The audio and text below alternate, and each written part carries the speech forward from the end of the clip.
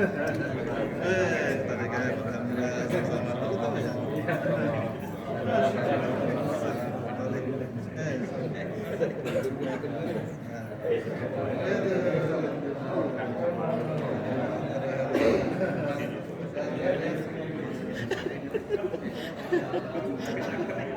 Sehat ya Pak Rustam, sehat alhamdulillah. Amin.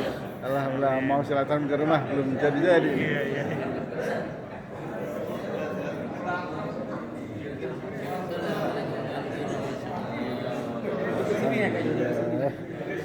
Alhamdulillah ya Allah, Ustadz kita ini. masuk YouTube kita. Ini YouTuber satu ini. Salam BKM, salam BKM. Salam DKM. Apa gini saudara ya? Oh, kauleten ya, alhamdulillah.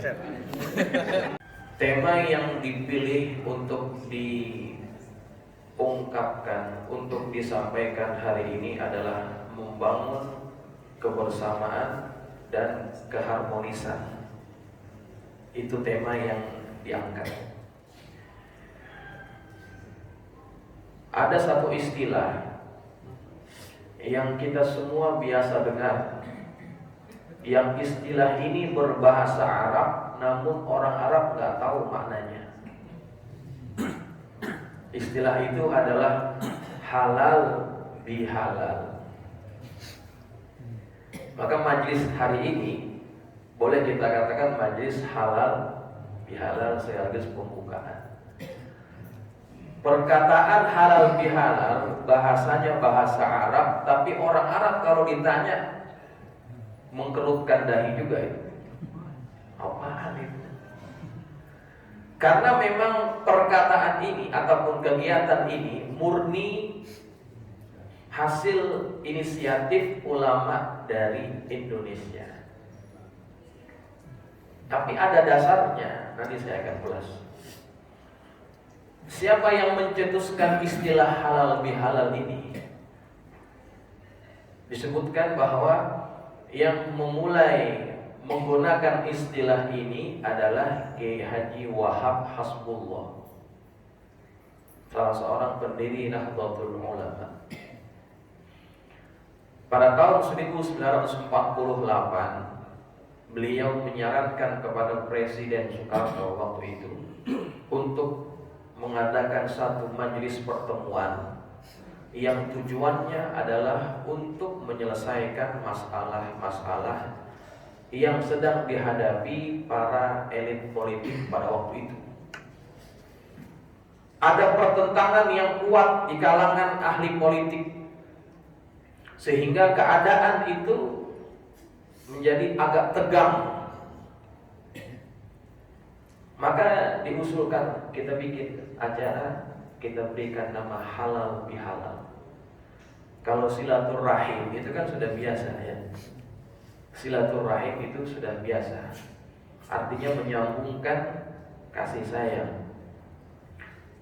Sedangkan halal bihalal ini punya makna yang lebih daripada itu sebetulnya.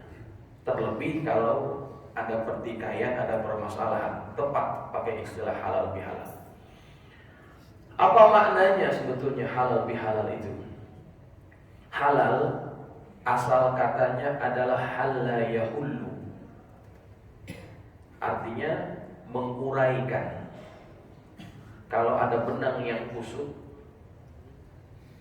kemudian kita luruskan lagi, kita urai kekusutannya itu, nah itu halla al-aqad contohnya, mengurai ikatan. Kalau ada masalah yang masalah itu jelimet, bulet kata orang Jawa, kemudian masalah itu selesai, kita akan katakan halal masalah, kelar masalahnya, lempeng lagi keadaannya. Maka digunakanlah istilah halal. Tujuannya apa? Untuk menyelesaikan permasalahan yang barangkali ada di kalangan kita. Kadang-kadang di antara kita ada masalah-masalah yang membuat hubungan kita itu menjadi tidak harmonis. Maka dengan diadakan majelis halal bihalal, diharapkan masalah yang dialami oleh sebagian kita itu bisa terurai. Maka itu maksud daripada perkataan halal. Ada bi-nya, ada halal, bi. Bi kalau kita terjemah dengan bahasa Indonesia artinya dengan. Tapi kalau dalam bahasa Arab, bi itu maknanya ada 15. Bi saja. Ada seorang pelajar di Timur Tengah, dia buat disertasi S3 itu membahas perkataan ba atau bi. Dari 14 atau 15 makna itu dibahas 5. Jadi tesis. Jadi bapak-bapak yang mau lanjutin masih ada sisanya. Itu baru bab doang jadi tesis. Belum tak, belum tak. Betapa kayanya kata bahasa Arab itu sehingga makna bab saja itu luar biasa. Nah, disematkan perkataan bab untuk menghubungkan antara halal dengan halal, ada babnya. Apa maknanya? Di antara yang sesuai adalah ba bermakna al-musahabah. Al-musahabah artinya apa? Mendekatkan, mempersaudarakan. Ketika ada orang yang bermasalah, ada yang bermasalah, dengan adanya ba ini bisa semakin mengeratkan, mendekatkan, mempersaudarakan lagi. Maka itulah tujuan diadakan majelis halal bihalal. Maknanya mungkin bagi orang yang tidak tahu maknanya biasa, tapi sebetulnya dalam. Maka dari itu majelis halal bihalal tidak akan jadi majelis yang memberi makna kalau majelis itu hanya sekedar bertemu, datang, kemudian tidak menyelesaikan masalah yang terjadi di antara kita. Jamaah yang dirahmati Allah sekalian, sesungguhnya seseorang itu bisa menjadi mulia di hadapan Allah, menjadi penghuni surganya Allah, itu bukan semata-mata karena amalnya yang banyak, tapi yang menjadi tolak ukurnya adalah bagaimana mereka bisa menata hati. Itu yang menjadi ukuran dan pandangan Allah kepada seseorang. Dan apa yang saya katakan ini ada dasarnya. Ada satu hadis, yang hadis ini hadisnya sahih. Ketika Nabi sedang bersama para sahabat, kemudian Nabi berkata, "Yatlu'u 'alaikumul an rajulun min ahlil jannah." Akan datang kepada kalian salah seorang dari penghuni surga. Kalau Nabi sudah katakan begitu, maka jaminan. Karena Nabi adalah as-sadiqul masduq. Ngomongnya pasti benar dan dibenarkan oleh yang maha benar. Maka para sahabat, mereka manjangin palanya, manjangin lehernya. Untuk apa? Untuk melihat, mencari tahu siapa lelaki yang dimaksudkan oleh baginda Rasulullah SAW. Kemudian tidak lama datang seorang laki-laki dalam keadaan jenggotnya masih basah bekas air wuduknya. Kemudian dia masuk ke dalam kumpulan para sahabat sambil menenteng sendalnya. Waktu itu masjid Nabi nggak seperti sekarang. Jadi kalau masuk masjid sendalnya di bawah. Duduklah lelaki itu. Maka para sahabat tahu yang dimaksudkan oleh Nabi adalah lelaki ini. Pada keesokan harinya Nabi berkata dengan perkataan yang sama, akan muncul kepada kalian seorang daripada ahli surga. Kemudian laki-laki itu juga yang datang.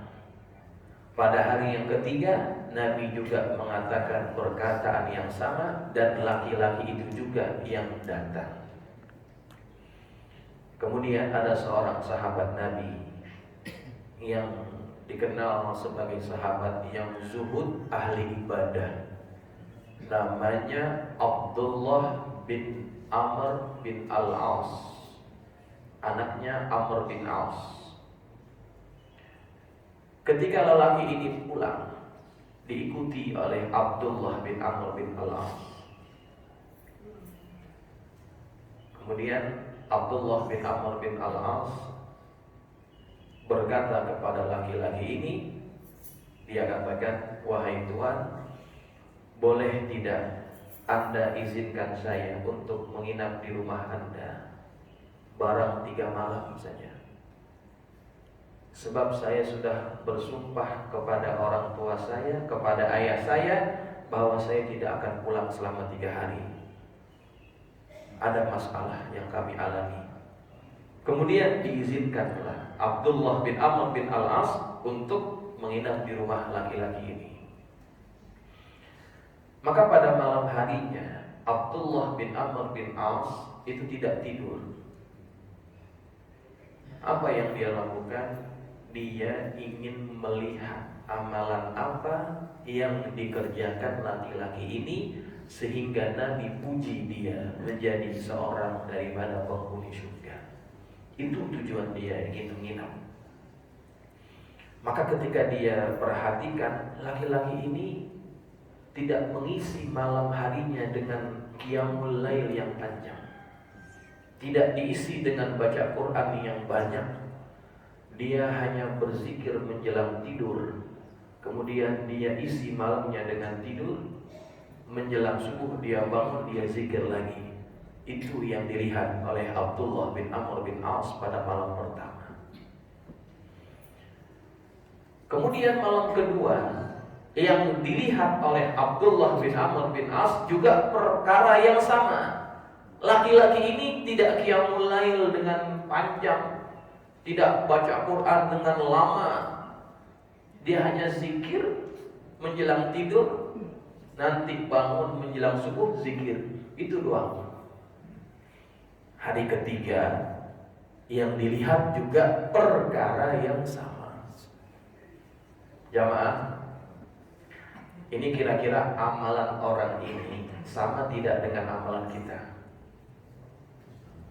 Kita biasanya kalau malam rajin qiyamul lail atau tidak biasanya? Kayaknya panjangan tidurnya daripada qiyamul lail ya. Bangun sih bangun juga. Kadang-kadang terbangun juga Ustaz, tapi ngapain? Kencing. Bangun malam tapi kencing. Setelah kencing tidur lagi. Itu biasanya kita kan. Ya. Sekalinya bangun nonton final Liga Champions, Liverpoolnya kalah lagi. Ya, itu kosong. Itu kita bela-belain bangun malam. Malam-malam yang lain kalau nggak ada bola kita nggak bangun. Barangkali laki ini amalannya sama dengan kita. Malam kita tidak isi dengan qiyamul lail. Tapi laki-laki ini, kata Nabi, dia penghuni surga. Jadi jangan kecil hati bagi bapak-bapak yang tidak rajin qiyamul lail. Masih ada peluang untuk masuk surga. Ya. Nah, Abdullah bin Amr bin Al-As, dia merasakan bahwa amalnya itu lebih baik daripada laki-laki ini. Ya, dia bisa menilai kebiasaan dia dengan apa yang dia lihat. Dia merasakan bahwa saya lebih baik daripada dia. Kemudian pada hari yang ketiga, seperti yang sudah dijanjikan, dia hanya menginap 3 malam. Dia berpamitan, minta izin ingin pulang. Dia ucapkan terima kasih atas tumpangannya selama 3 malam ini. Dan akhirnya dia jelaskan, sebetulnya saya tidak ada masalah dengan ayah saya. Cuma saya memang ingin menginap di rumah Anda Karena Nabi mengatakan Anda itu ahli surga, dan saya ingin melihat amalan yang Anda lakukan. Ternyata amalan Anda tidak ada yang istimewa. Begitu kata Abdullah bin Amr bin Al-As. Kemudian laki-laki ini dengan polosnya dia berkata, itulah amalan saya seperti yang Anda lihat.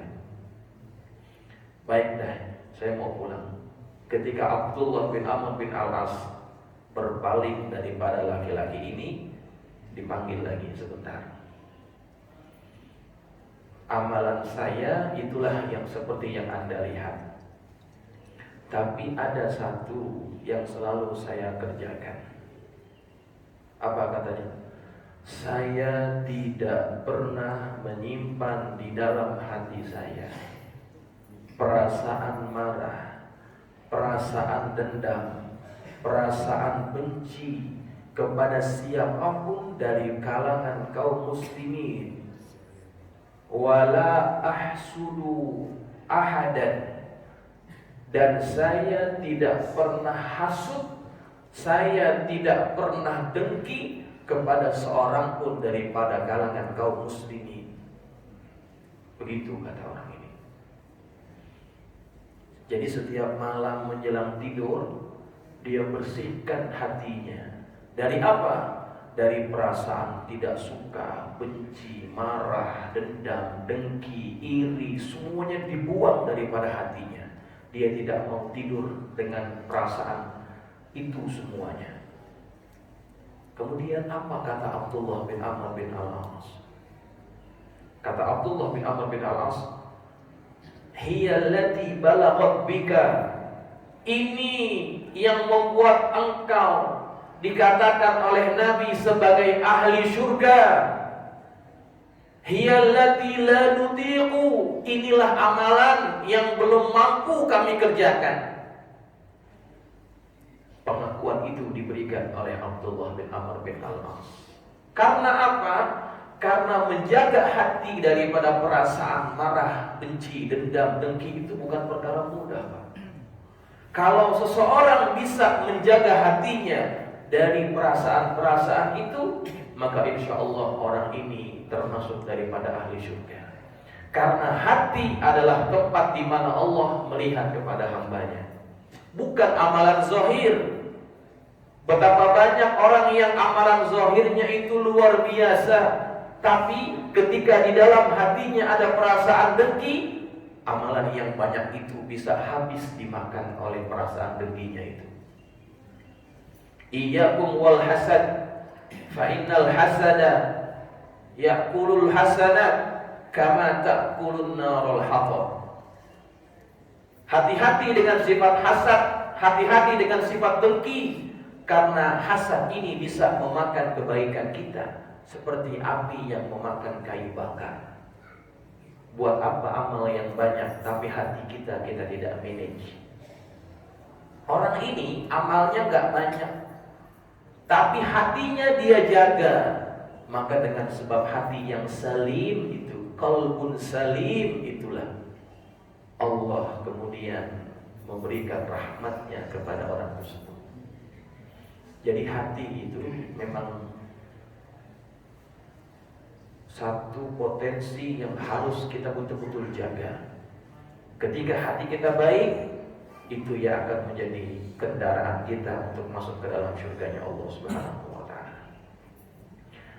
Biasanya dalam hubungan kita sesama jamaah, sesama pengurus, sesama jiran tetangga, yang namanya perasaan marah, benci, dengki itu berawal dari yang namanya perbedaan. Betul ya? Ketika berbeda, kita tidak terima. Ketika berbeda, kita tidak suka. Ketika kita berbeda, kadang-kadang kita jadi dengki kepada orang yang berbeda dengan kita. Perbedaan politik jadi berantem, perbedaan pendapat jadi berantem, perbedaan sikap jadi berantem. Sering terjadi kan begitu. Ini banyak pengurus masjid mushola Biasanya yang sering berantem itu pengurus masjid. Bukan di sini saja, di tempat pun gitu juga. Yang sering ribut itu pengurus masjid. Kenapa? Karena masjid ini sentral kebaikan. Maka di mana tempat kebaikan, di situ banyak setannya.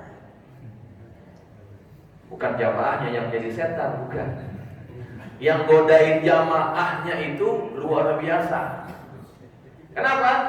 Mereka ini, setan-setan ini berusaha bagaimana orang itu tidak bisa mendapatkan kebaikan.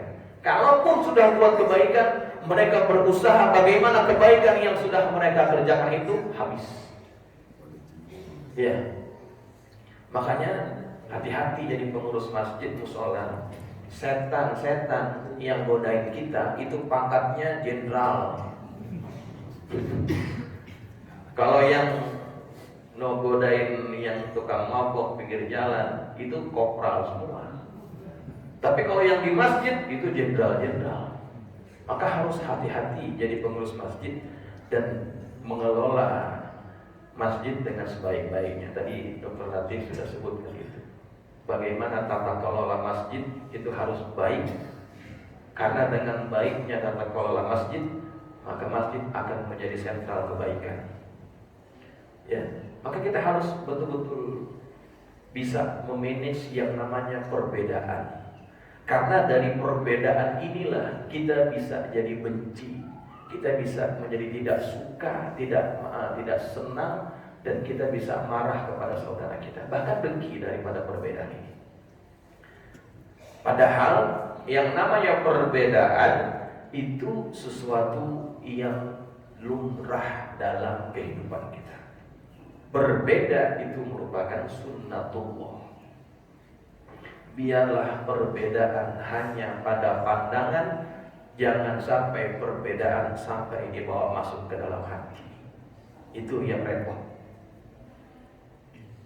Ada satu riwayat di zaman Rasulullah, bagaimana perbedaan itu juga sering terjadi di kalangan para sahabat, tapi mereka bisa mengatur perbedaan itu sehingga tidak terjadi pertentangan. Ketika Nabi diperintahkan oleh Allah untuk mengusir dan menyerang Yahudi daripada Bani Quraisyah. Kenapa Nabi disuruh untuk mengusir dan memerangi Yahudi Bani Quraisyah? Karena Bani Quraisyah telah melanggar perjanjian. Perjanjian apa yang dilanggar? Piagam Madinah. Ketika Nabi datang ke Madinah dan jadi pemimpin di kota Madinah, di negeri Madinah. Madinah itu adalah negeri yang plural, majemuk, macam-macam ada di situ. Muslimnya ada, musyrikinnya ada, Yahudinya ada, Nasraninya juga ada, macam-macam. Maka Nabi sebagai kepala negara, sebagai pemimpin di negara itu, di negeri itu, Nabi ingin semua elemen ini yang berbeda-beda ini bisa disatukan dalam satu ikatan. Maka dibuatlah satu perjanjian yang disebut sebagai Piagam Madinah. Inilah perjanjian perdamaian paling tua yang pernah dibuat oleh manusia. Lebih tua daripada Magna Carta, lebih tua daripada perjanjian perdamaian di apapun yang pernah dibuat oleh manusia. Dalam perjanjian itu disebutkan bahwa semua bangsa, semua agama yang ada di Madinah wajib bersatu dan mempertahankan kota Madinah dari musuh yang menyerang kota Madinah. Kemudian masing-masing daripada penghuni kota Madinah tidak boleh mengganggu kelompok yang lain. Muslim tidak boleh mengganggu yang non-muslim. Yang non-muslim tidak boleh mengganggu yang muslim. Begitu sebaliknya. Diatur dalam perjanjian ini. Sepakat. Tapi ketika musuh kaum muslimin yang ada di Mekah, mereka ingin menyerang Madinah, mereka buat satu kesepakatan dengan musuh-musuh yang juga ingin menyerang Rasulullah. Dan pasukan ini dibantu oleh Bani Quraisyah. Padahal mereka sudah terikat dengan piagam Madinah. Tapi rupa-rupanya mereka berkhianat. Memang dalam sejarah yang sering berkhianat itu Yahudi. Sudah buat perjanjian, dia yang khianat. Bani Quraisyah malah memberikan bala bantuan kepada musuh Islam untuk menyerang kota Madinah. Maka apa yang terjadi? Rasulullah diperintahkan oleh Allah untuk mengusir dan memerangi Yahudi Bani Quraisyah. Kenapa? Karena ini bangsa adalah bangsa pengkhianat, benalu yang tidak boleh ada dalam satu negeri. Bisa rusak negeri itu kalau ada pengkhianat seperti ini. Maka diserang oleh Rasulullah dan para sahabatnya, Yahudi dari Bani Quraisyah. Nah, dalam pesan yang disampaikan oleh Rasulullah kepada para sahabat, di antaranya apa? Nabi berpesan, wala la yusalliyanna ahadun al-asra illa fi Bani Quraisyah. Jangan ada yang sholat asar melainkan kalau sudah sampai di kampung Bani Quraisyah. Itu perintah Nabi. La yusalliyanna ahadun al-asra illa fi Bani Quraisyah. Jangan ada yang sholat asar melainkan kalau sudah sampai di Bani Quraisyah. Maka berangkatlah sahabat. Kemudian di tengah jalan, ketika sudah masuk waktu asar, dan asar juga sudah hampir habis, sedangkan mereka belum sampai di kampung Bani Quraisyah, maka para sahabat ini mereka berbeda pendapat.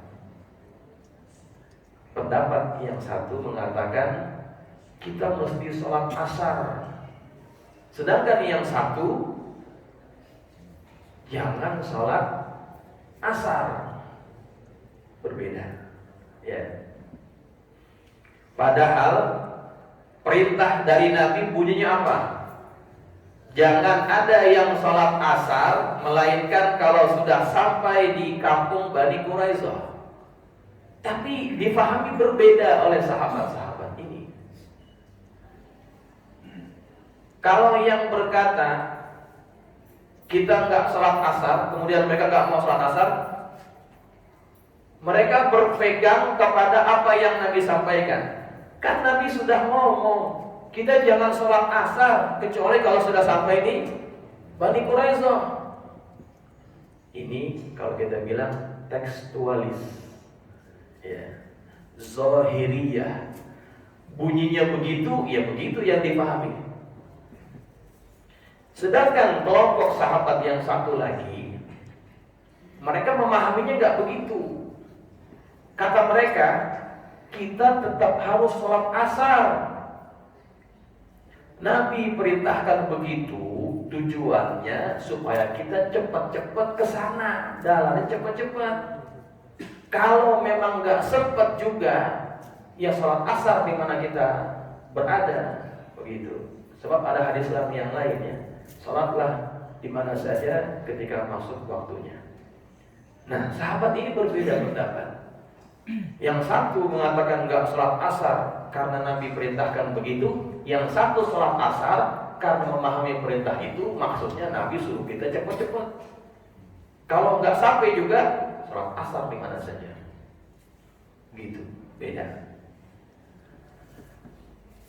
Kalau saya tanya jamaah, yang benar yang mana?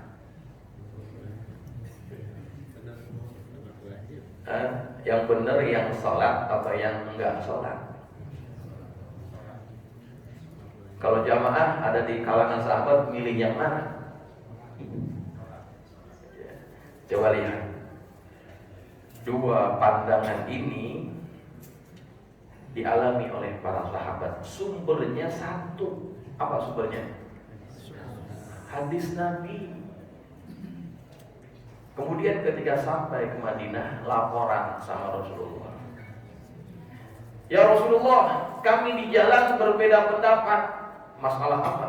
Masalah engkau yang engkau perintahkan itu jangan salat asar kecuali kalau sampai di Bani Quraisyah. Lalu kemudian kenapa yang terjadi? Kami berbeda pendapat. Ada yang salat, ada yang enggak. Yang salat mengatakan engkau berkata begitu karena bermaksud untuk cepat-cepat datang ke sana. Sedangkan yang tidak sholat memahami apa yang kau katakan begitu, apa adanya. Nabi salahkan tidak? Salah satunya. Oke. Nabi tidak salahkan salah satunya.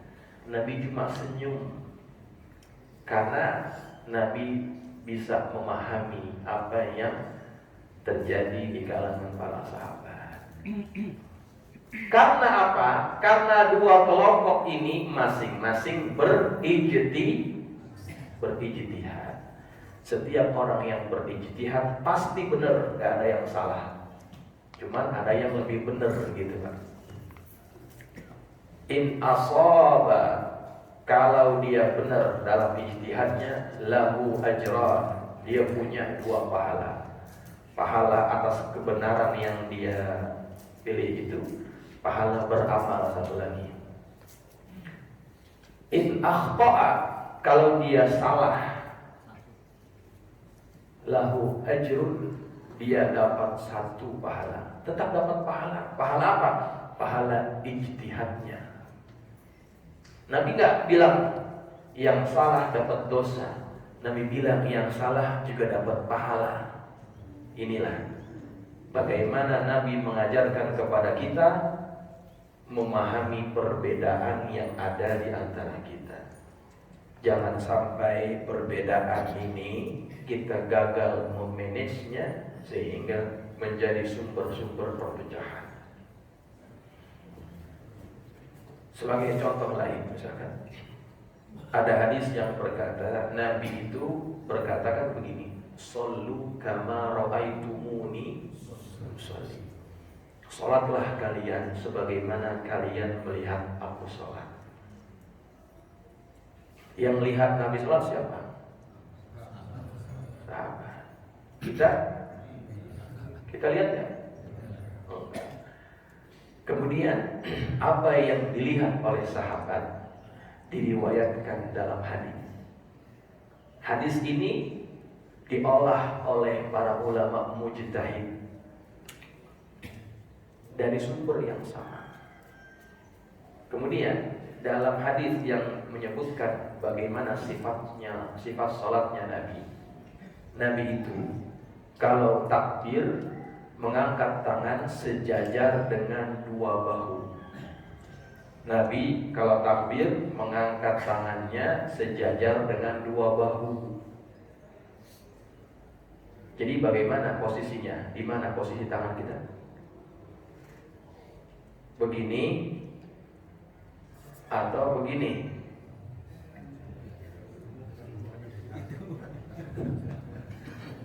Begitu. Begini atau begini? Begini. Ya. Susah ya. Saya pilihannya begini-begini sih.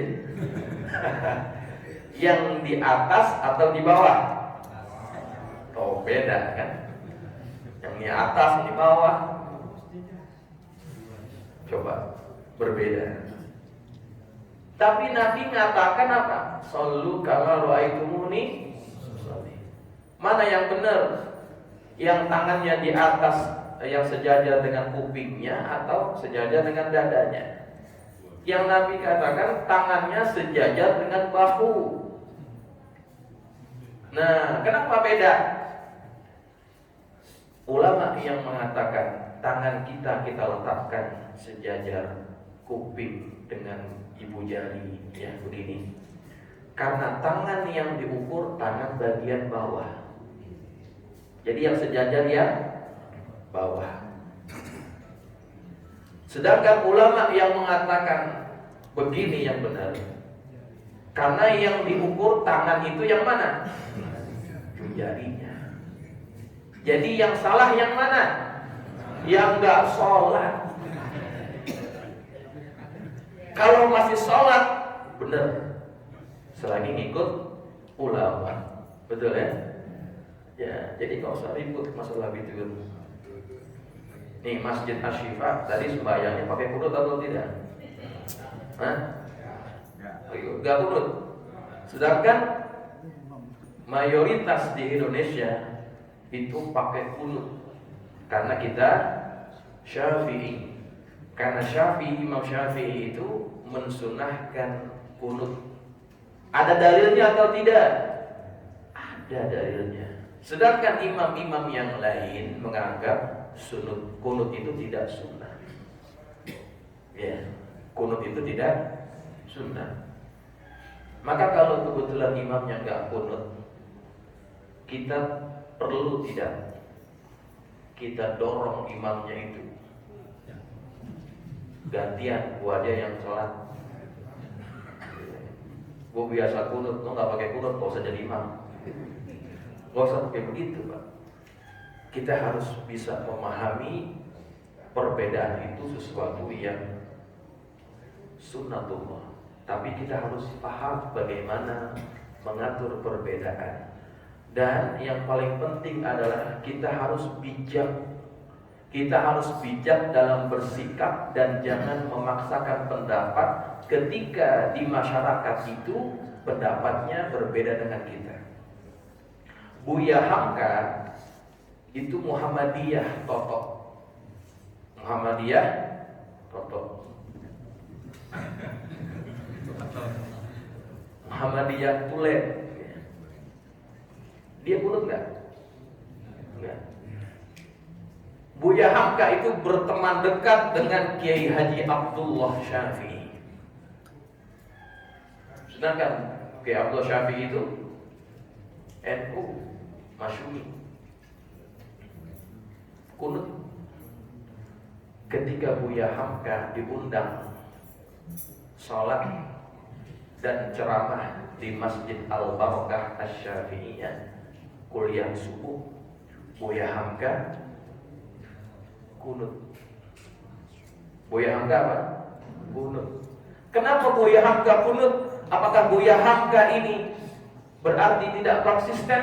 Tidak, bukan berarti tidak konsisten.